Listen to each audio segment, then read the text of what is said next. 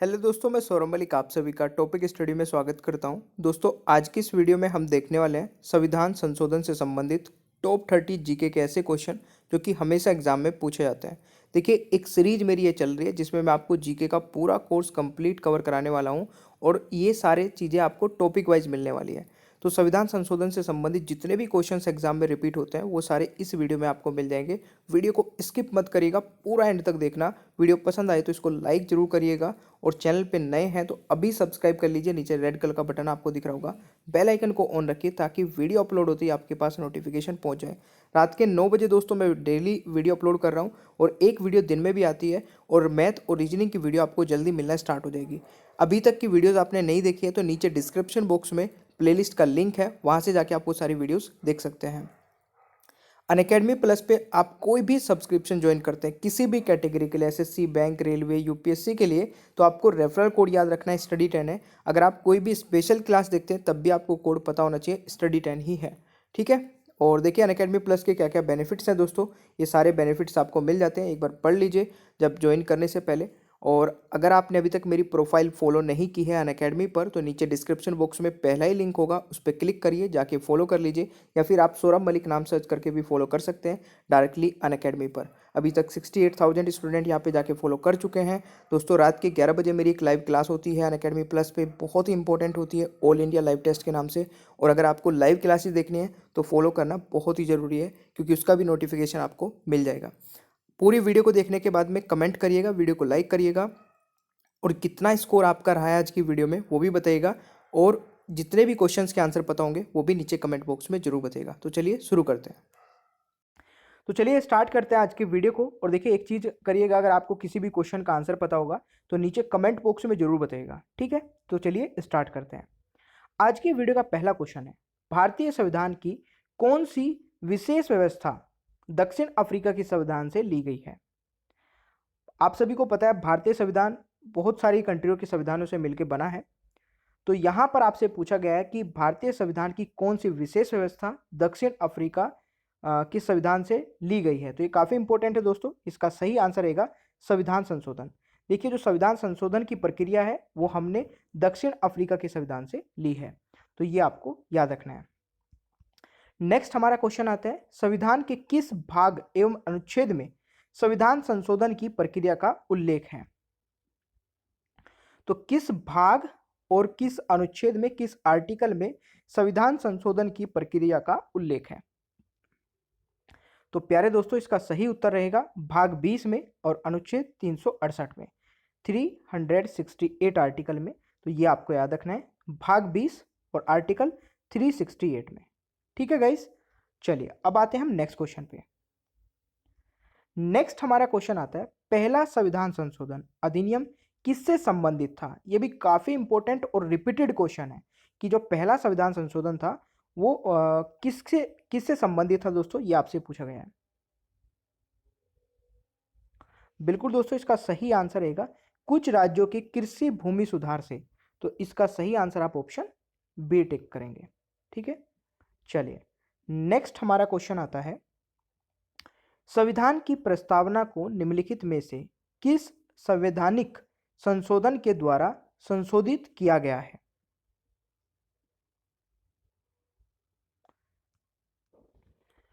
तो ये काफ़ी इंपॉर्टेंट क्वेश्चन है क्योंकि इसको मिनी कॉन्स्टिट्यूशन के नाम से भी जाना जाता है। तो गाइज, इसका सही आंसर रहेगा 42वां अमेंडमेंट एक्ट, जो कि कब हुआ था? 1976 में। ठीक है, तो ये काफ़ी इंपॉर्टेंट है दोस्तों। प्रस्तावना यानी कि प्रिम्बल को निम्नलिखित में से किस संवैधानिक संशोधन द्वारा संशोधित किया गया था? तो ये 42 अमेंडमेंट एक्ट 1976 में। ठीक है, चलिए दोस्तों नेक्स्ट हमारा क्वेश्चन क्या रहा है कि भारतीय संविधान में किस संशोधन द्वारा नागरिकों के मौलिक कर्तव्य यानी कि फंडामेंटल ड्यूटीज़ को शामिल किया गया है? तो ये भी बहुत ही रिपीटेड क्वेश्चन है और जिसके बारे में आपको जरूर पता होना चाहिए।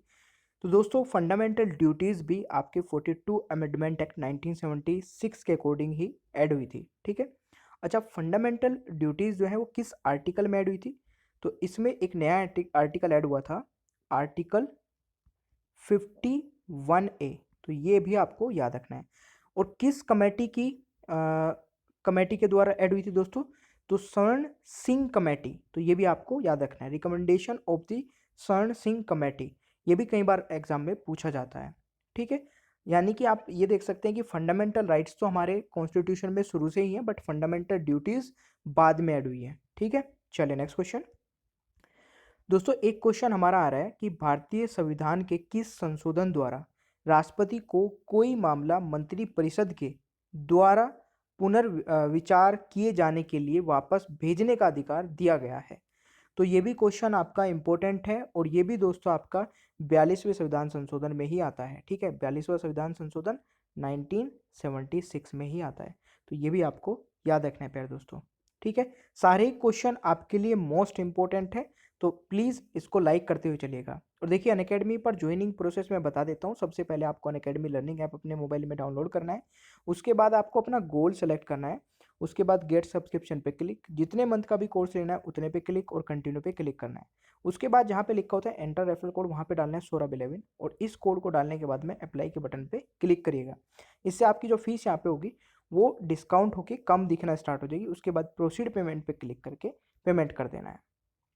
चलिए अब नेक्स्ट हमारा क्वेश्चन आ रहा है, संविधान के किस संशोधन द्वारा संपत्ति के अधिकार को मूल अधिकार से हटाया गया? संपत्ति का अधिकार यानी कि आपका right to property. Right to property पहले फंडामेंटल राइट्स में आता था, जब हमारे फंडामेंटल राइट्स 7 होते थे। अभी फंडामेंटल राइट्स होते हैं कितने? 6, क्योंकि जो संपत्ति का अधिकार है, राइट टू प्रॉपर्टी है, उसको हटा करके अब एक लीगल राइट बना दिया गया है। और ये दोस्तों किस में आता था? ये 44वां संविधान संशोधन जो हुआ था, कब हुआ था? 1978 में। उसके तहत 44वां संविधान संशोधन करके संपत्ति के अधिकार को एक लीगल राइट बना दिया था। तो अभी जो है संपत्ति का अधिकार वो किस में चला गया? वो 300A में चला गया है। ठीक है, तो दोस्तों ये भी आपको याद रखना है। ठीक है, और अभी फंडामेंटल राइट्स, देखिए फंडामेंटल राइट्स पे एक सेपरेट वीडियो मैं अलग से बनाऊंगा, तो यहाँ पर बस आपको इतना याद रखना है कि संशोधन से संबंधित क्वेश्चन हम देख रहे हैं। चलिए अब नेक्स्ट हमारा क्वेश्चन आता है, 74वें संविधान संशोधन का संबंध निम्नलिखित में से किस संस्था से है? तो जो 74वां संविधान संशोधन हुआ था दोस्तों, ये नगर पालिका के लिए हुआ था। कब हुआ था ये भी तो आपसे पूछा जा सकता है, तो ये हुआ था 1992 में। ठीक है, नगर पालिका से संबंधित है। दोस्तों नेक्स्ट हमारा क्वेश्चन आता है, संविधान के किस संशोधन द्वारा मतदान की आयु 21 वर्ष से घटाकर 18 वर्ष कर दी गई थी? ये क्वेश्चन भी वेरी वेरी इंपॉर्टेंट है, और कई बार रिपीटेड, जो कई बार पूछा जाने वाला क्वेश्चन है, रिपीटेड क्वेश्चन है, जो ऑलरेडी एग्जाम में आ चुका है। तो दोस्तों ये हुआ था हमारा 61वां संविधान संशोधन। ठीक है, जिसके तहत जो वोटिंग की उम्र थी, जो मतदान करने की उम्र थी, वो 21 वर्ष से घटाकर 18 वर्ष कर दी गई थी। 61वां संविधान संशोधन हुआ कब था ये भी आपको पता होना चाहिए, तो 1989 में ये हुआ था प्यारे दोस्तों। तो आई होप कि ये सारे ही पॉइंट आपको समझ में आ रहे होंगे। दोस्तों नेक्स्ट हमारा क्वेश्चन है, संविधान संशोधन कितने प्रकार से किया जा सकता है? तो दोस्तों इसका सही उत्तर रहेगा 3 प्रकार से। अब 3 कौन कौन से प्रकार हैं? एक आपका सिंपल मेजोरिटी के साथ में, एक स्पेशल मेजोरिटी, एक है special majority of parliament with consent of state, यानी कि स्टेट की सलाह पर। ठीक है, तो ये 3 प्रकार के से अमेंडमेंट किया जा सकता है, संशोधन किया जा सकता है। चलिए अब हमारा आता है नेक्स्ट क्वेश्चन, किस संविधान संशोधन अधिनियम द्वारा लोकसभा के कार्यकाल को 6 वर्ष से घटाकर 5 वर्ष किया गया था? देखिए ध्यान से सुनिएगा, क्या बोला है मैंने? 6 वर्ष से घटाकर 5 वर्ष किया गया था। इसका मतलब लोकसभा का जो कार्यकाल पहले होता था वो 6 वर्ष होता था, अभी 5 वर्ष होता है। तो दोस्तों ये हुआ था आपका कब? तो प्यारे दोस्तों इसका सही उत्तर रहेगा बिल्कुल 44 अमेंडमेंट एक्ट। ठीक है, ये कब हुआ था? 1978 में हुआ था, तो ये भी आपको याद रखना है। नेक्स्ट हमारा क्वेश्चन है, किस संविधान संशोधन अधिनियम द्वारा लोकसभा सीटों की अधिकतम संख्या 545 की गई? देखिए वैसे अधिकतम संख्या कितनी होती है? टोटल सीट दोस्तों 552 होती है लोकसभा में। ठीक है, अब इसमें से जो इलेक्टेड मेंबर होते हैं वो होते हैं 543, और 2 होते हैं जो कि जिनको नॉमिनेट करते हैं Anglo Indians as a Anglo Indian by the president, है ना। तो कितनी होगी, सॉरी, हाँ सही तो है ना, 445।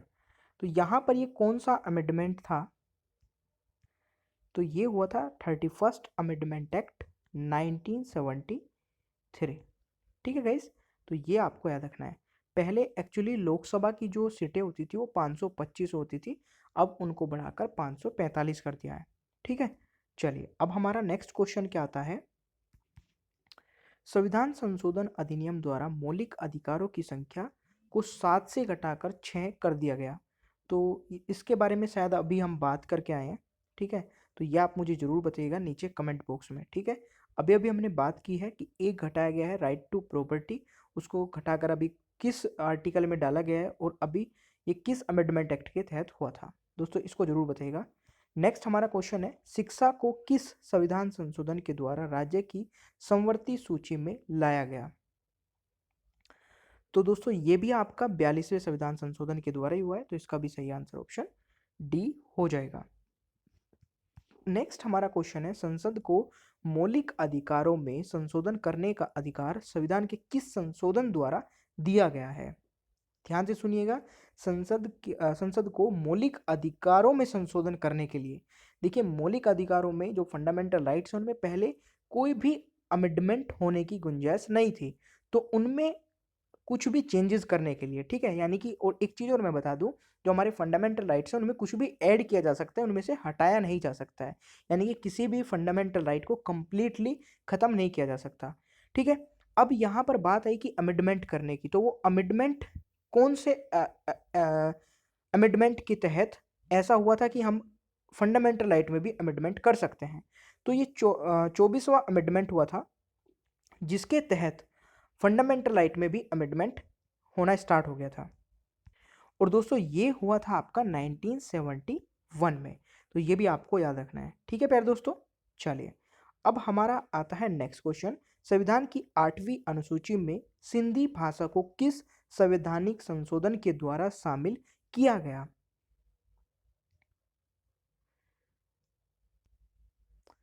तो प्यारे दोस्तों इसका सही आंसर रहेगा बिल्कुल 21st अमेंडमेंट एक्ट में। और ये कब हुआ था, ये 1967 में हुआ था। ध्यान से रीड करिएगा, संविधान की 8वीं अनुसूची में सिंधी भाषा को किस जो भाषाएं आती है वो 8वीं अनुसूची में आती है, और उसमें सिंधी भाषा को ऐड किया गया था किस संविधान संशोधन के द्वारा। तो संविधान संशोधन हुआ था 21वां, और ये कब हुआ था, 1967 में प्यारे दोस्तों। ठीक है, चलिए नेक्स्ट हमारा क्वेश्चन है, किस संविधान संशोधन द्वारा यह व्यवस्था की गई कि उपराष्ट्रपति के चुनाव के लिए संसद के दोनों सदनों की संयुक्त बैठक बुलाना आवश्यक नहीं है। पहले ऐसा होता था कि जब भी राष्ट्रपति का चुनाव होता था तो संयुक्त बैठक बुलाई जाती थी, ठीक है, बट किस संविधान संशोधन के द्वारा ऐसा किया गया कि संयुक्त बैठक बुलाना अनिवार्य या आवश्यक नहीं है। और दोस्तों ऐसा हुआ था 11वें संविधान संशोधन में, और ये कब हुआ था, 1961। तो ये भी प्यारे दोस्तों आपको याद रखना है। ठीक है, चलिए अब हमारा नेक्स्ट क्वेश्चन आता है, भारत के संविधान में पहली बार संशोधन कब किया गया। तो भारत के संविधान में पहली बार संशोधन कब हुआ किया गया था, ये क्वेश्चन मैं आपको सबसे पहले बताना चाहिए था। ये हुआ था दोस्तों 1951 में। ठीक है, तो ये भी आपको याद रखना है। दोस्तों नेक्स्ट हमारा क्वेश्चन है, संविधान संशोधन हेतु विधेयक सर्वप्रथम कहाँ प्रस्तुत किया जाता है। तो अगर संविधान में संशोधन करना है, ठीक है, या संशोधन होगा, तो उसके लिए सबसे पहले जो बिल होगा, ठीक है, वो पेश होगा संसद में। ठीक है, तो इसका सही आंसर ऑप्शन ये रहेगा। दोस्तों नेक्स्ट हमारा क्वेश्चन है, भारतीय संविधान के किस संशोधन अधिनियम द्वारा 6 से 14 वर्ष के सभी बच्चों के लिए शिक्षा के अधिकार को मूल अधिकार बताया गया है। तो ये हमारा कौन सा अमेंडमेंट एक्ट था।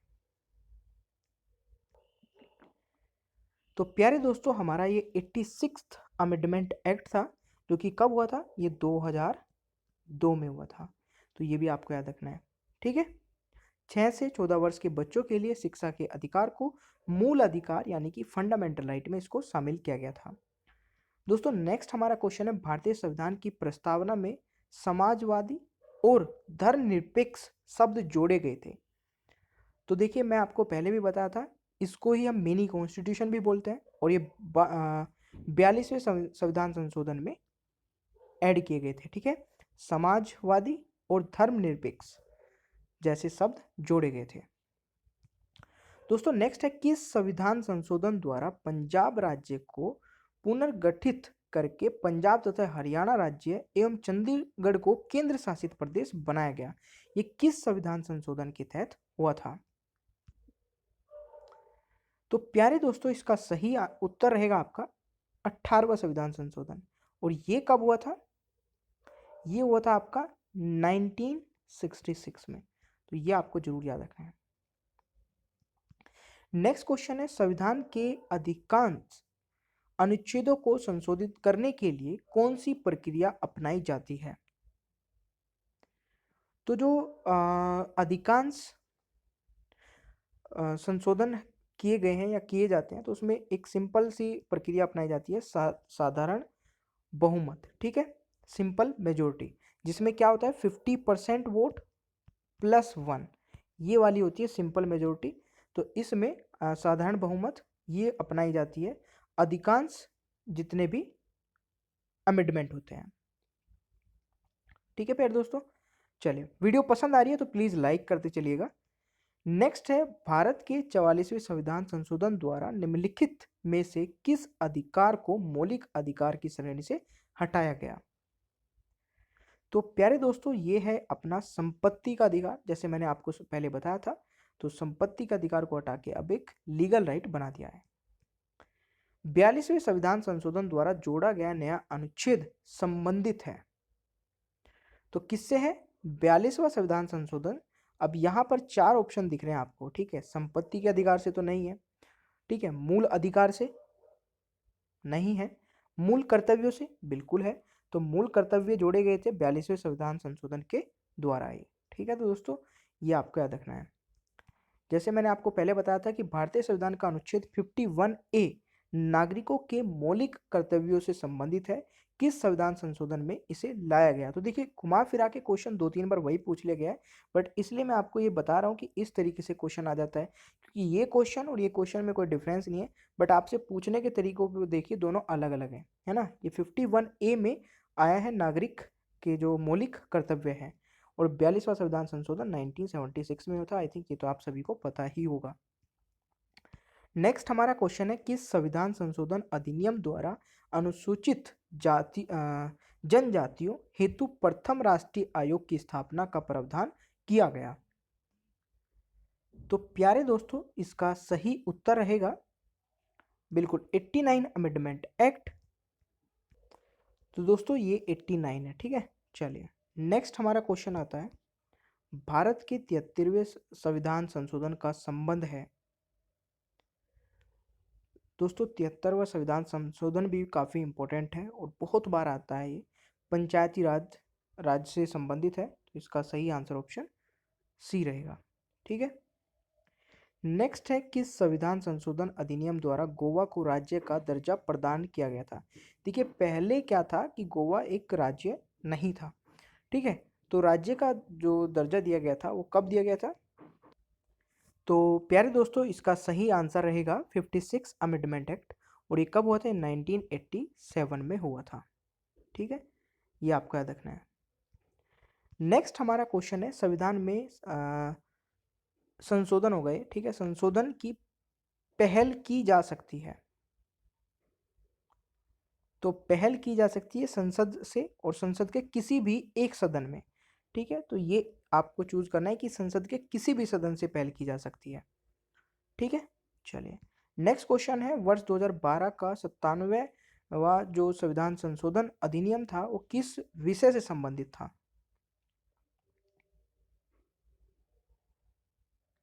दोस्तों ये था सहकारी समिति के गठन एवं क्रियाकलाप से, यानी कि कोऑपरेटिव सोसाइटीज के क्रियाकलाप से। तो इसका सही आंसर क्या रहेगा? Option B.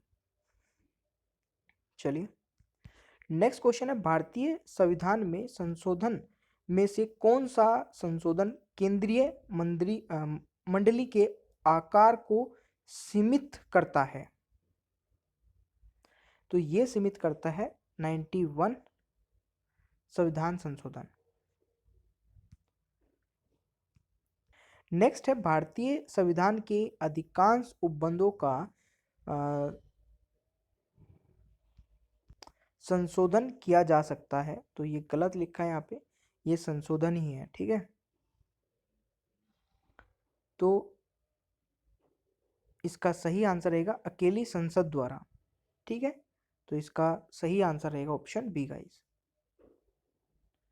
चलिए नेक्स्ट हमारा क्वेश्चन क्या आ रहा है, निम्नलिखित संविधान संशोधन में से कौन सा एक बताता है कि मंत्रिमंडल में कुल मंत्रियों की संख्या प्रधानमंत्री को सम्मिलित करते हुए लोकसभा के कुल सदस्यों की संख्या के 15% से अधिक नहीं होगी? तो दोस्तों ये बताता है 91वां संविधान संशोधन, तो ये भी आपको याद रखना है। नेक्स्ट हमारा क्वेश्चन है, निम्नलिखित में से संविधान के किस भाग को सामान्य बहुमत से संशोधित नहीं किया जा सकता? ध्यान से सुनिएगा, जिसको सामान्य बहुमत से संशोधित नहीं किया जा सकता है, तो ये है दोस्तों राष्ट्रपति के निर्वाचन की प्रक्रिया को, ठीक है। राष्ट्रपति के जो निर्वाचन की प्रक्रिया है उसको नहीं किया जा सकता है। नेक्स्ट क्वेश्चन, किसी संविधान संशोधन द्वारा किन्हीं विषय परिस्थितियों में नीति निर्देशक सिद्धांतों को मूल अधिकारों के ऊपर अधिक महत्व देने का प्रावधान है? तो प्यारे दोस्तों ये 42वें संविधान संशोधन में रहेगा। नेक्स्ट है, भारतीय संविधान में किस संशोधन द्वारा नागरिकों के मौलिक कर्तव्य को सम्मिलित किया गया?